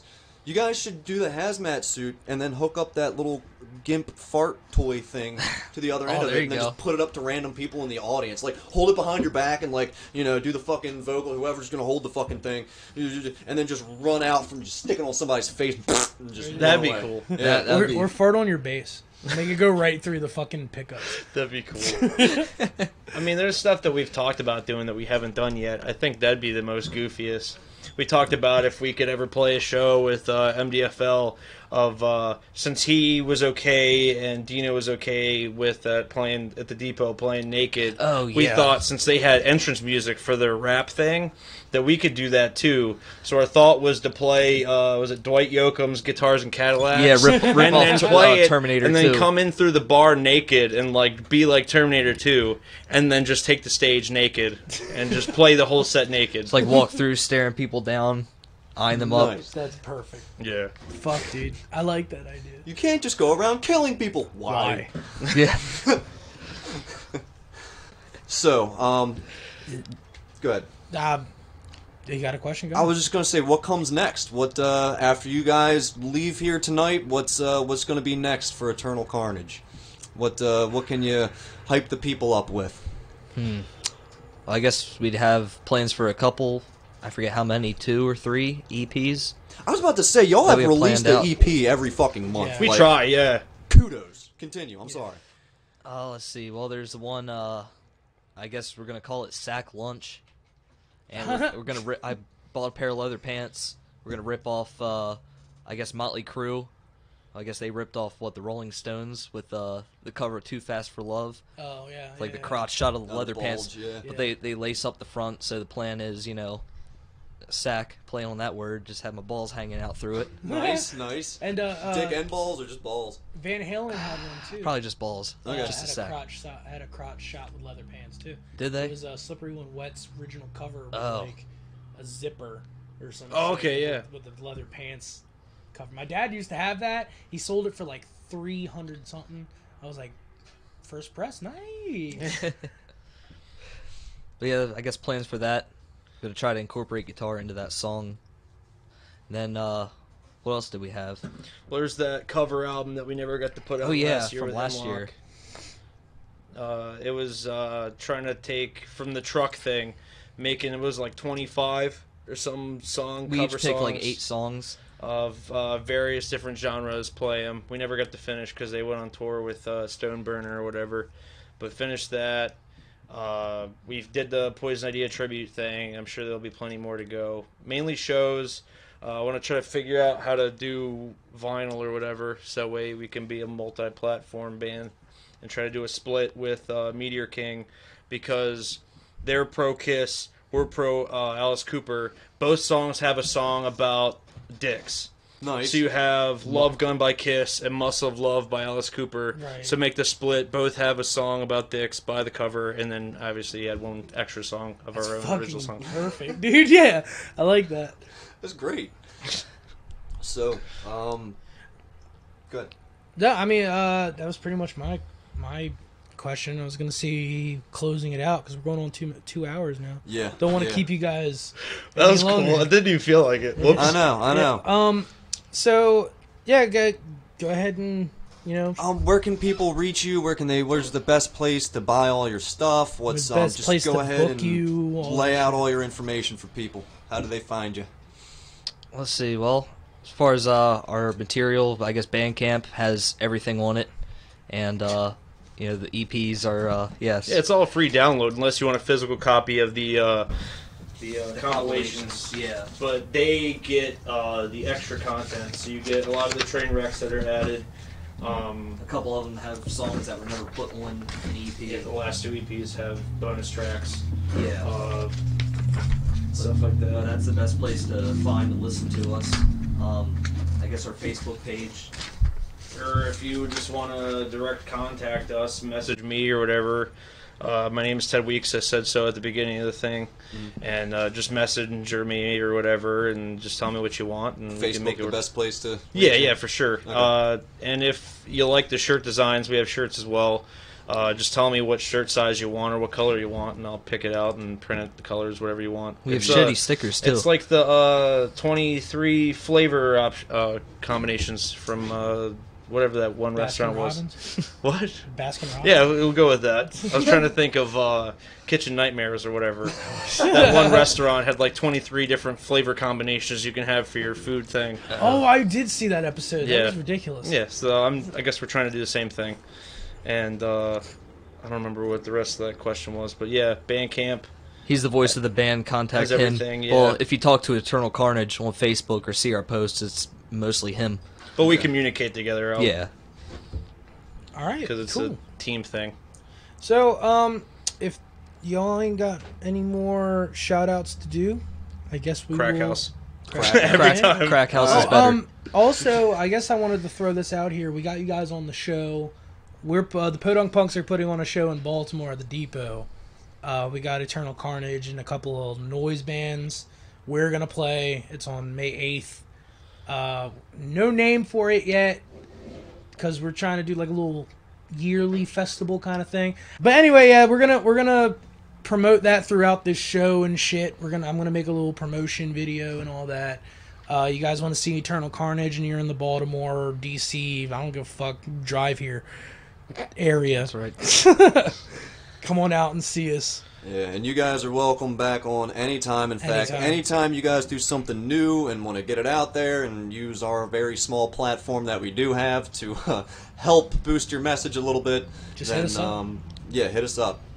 Always welcome back on. Yeah, All right, dude. we got to do this real quick. Because we're going to be professional. I'm going to try to Where's your camera at? You guys see this? Yeah, see right this there. handshake here? This- This is my hand.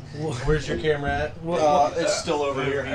You guys see that? That's me shaking their That's hands. perfect. That's perfect. See all that? You gotta shake that hand too. Yeah. Yeah, there, Get all in yeah, there. There you go.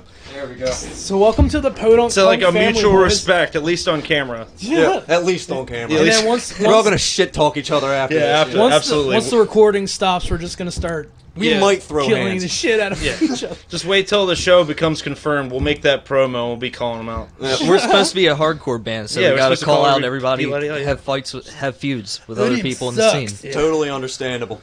Odium sucks. Literally throw shit at us when we play. Odium sucks. We're not a grind fat. band officially yet. We can't throw shit.